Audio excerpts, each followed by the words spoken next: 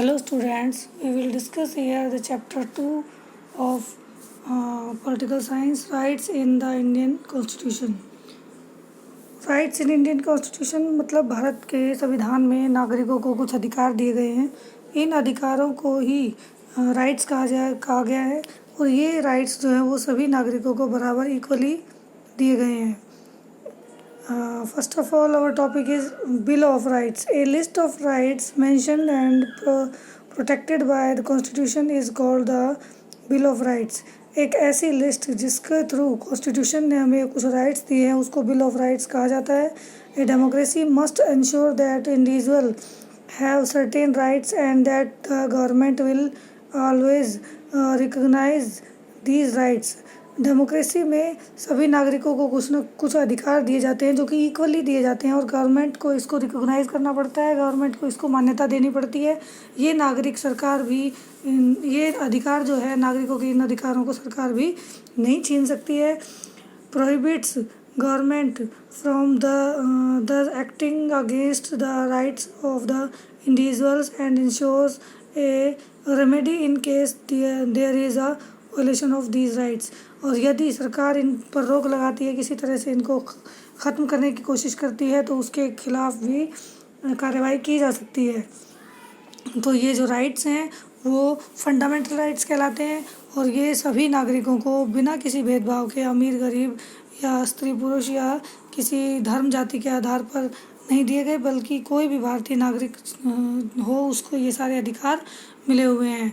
Fundamental rights in the Indian constitution. The Motilal Nehru Committee had demanded a Bill of Rights as far back as in 1928।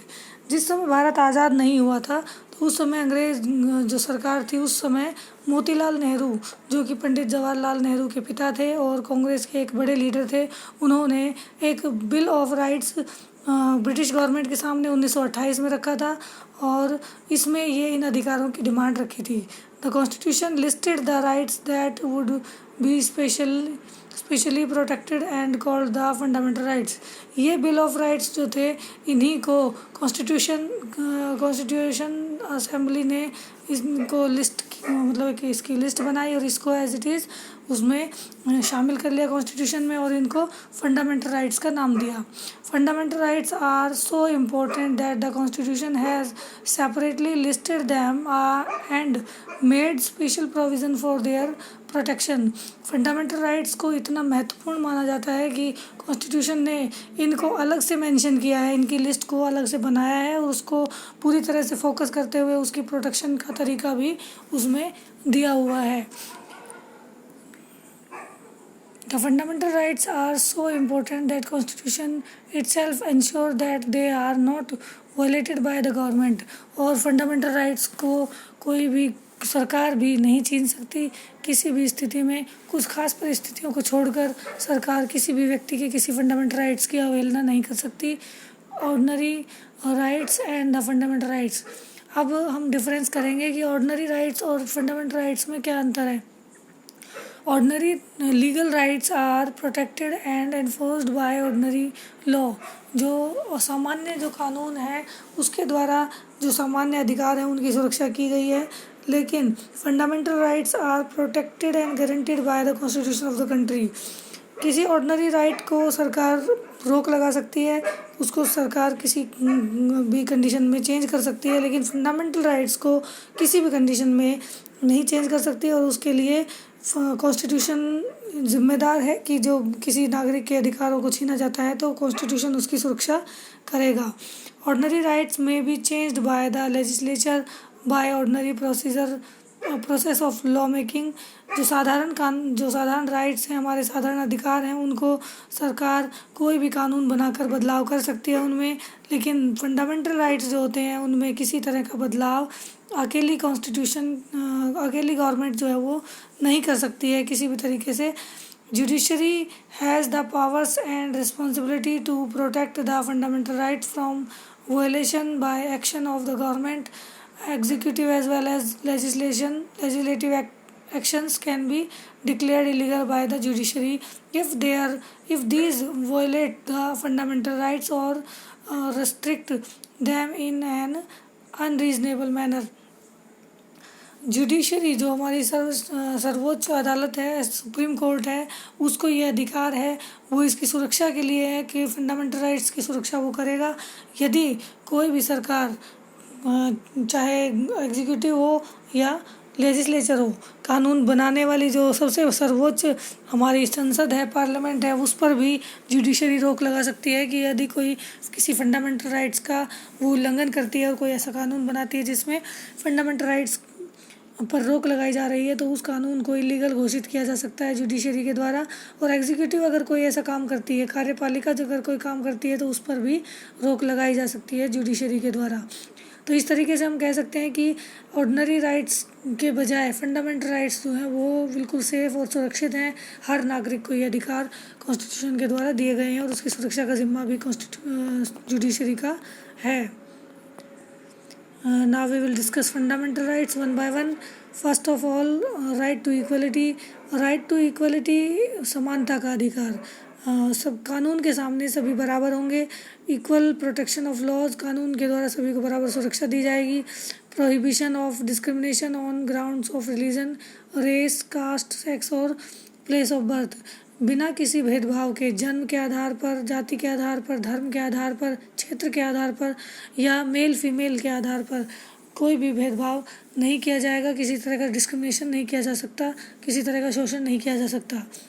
Equal access to shops, hotel, wells, किसी भी तरह के जो public places हैं, चाहे वो hotels हैं, public Wales हैं, टैंक्स हैं, कुएँ हैं, बाथिंग घाट हैं नदियों के, ये सड़कें हैं, किसी भी तरह के जो पब्लिक प्लेसेस हैं सभी पर सभी को जाने की अनुमति है। किसी को किसी खास जाति या किसी धर्म के लोगों को रोका नहीं जा सकता।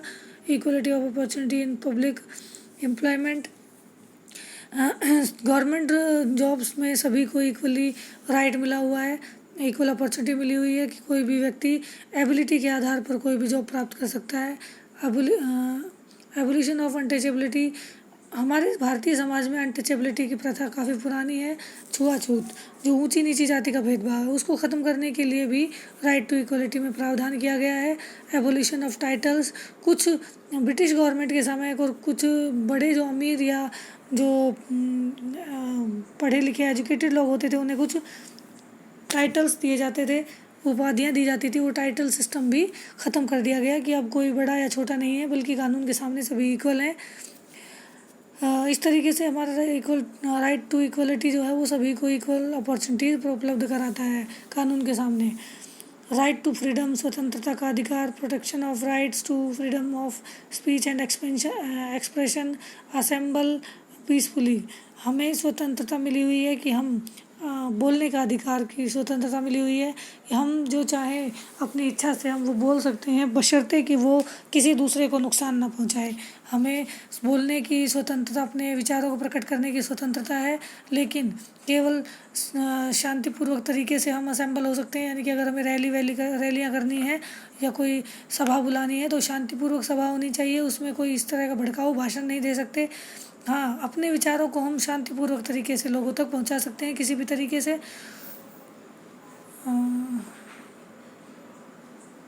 फॉर्म्स एसोसिएशन, किसी भी तरह की कोई संगठन हमें बनाना है, यूनियंस बनानी है।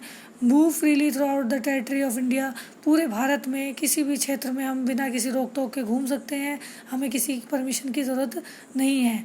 Resides and settle in any part of India, Bharat के किसी भी पार्ट में हम रह सकते हैं, बस सकते हैं, काम कर सकते हैं। ये ज़रूरी नहीं है कि हम जिस क्षेत्र में हमारा जन्म हुआ है हमें वहीं पर रहकर हम वो काम करें। अगर हमारा जन्म हरियाणा में हुआ है तो हम तमिलनाडु में जाकर भी एजुकेशन प्राप्त कर सकते हैं, वहाँ पर काम कर सकते हैं और इवन वहाँ पर ज़मीन खरीद कर वहाँ पर रह भी सकते हैं। प्रोटेक्शन, प्रैक्टिस एनी प्रोफेशन और टू कैरी एनी ऑक्यूपेशन, कोई भी किसी तरह का जो ऑक्यूपेशन या धंधा है, काम धंधा, वो हम अपना सकते हैं। ये ज़रूरी नहीं है कि किसान का बेटा किसान ही बनेगा, बल्कि एजुकेशन के आधार पर वो कोई भी पद प्राप्त कर सकता है, कोई भी व्यापार शुरू कर सकता है। उसके लिए पर्टिकुलर किसी धर्म जाति का कोई अधिकार नहीं रह गया है, सभी को इक्वली छूट मिली हुई है।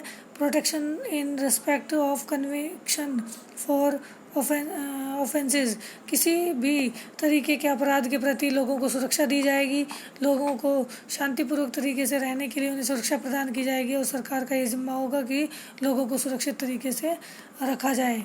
Rights to life and personal liberty, अपने जीवन का अधिकार हमें मिला हुआ है कि हम कोई भी व्यक्ति किसी के जीवन को नहीं छीन सकता, यानी कि अगर कोई किसी पर जानलेवा हमला करता है या किसी तरह का आघात पहुंचाता है तो ये कानून के विरुद्ध है। सभी को जीवित रहने का अधिकार है और वो रह सकता है, और उसकी पर्सनल लिबर्टी की भी छूट है। अपनी पर्सनल अपने तरीके से रहना, खाना या जिस तरीके से भी रहन सहन करना है वो सब अपनी इच्छा के अकॉर्डिंग वो कर सकते हैं। राइट टू एजुकेशन, शिक्षा का अधिकार भी मिला हुआ है कि हम किसी भी तरह की कोई भी शिक्षा हम अपनी कैपेबिलिटी के अनुसार हम प्राप्त कर सकते हैं।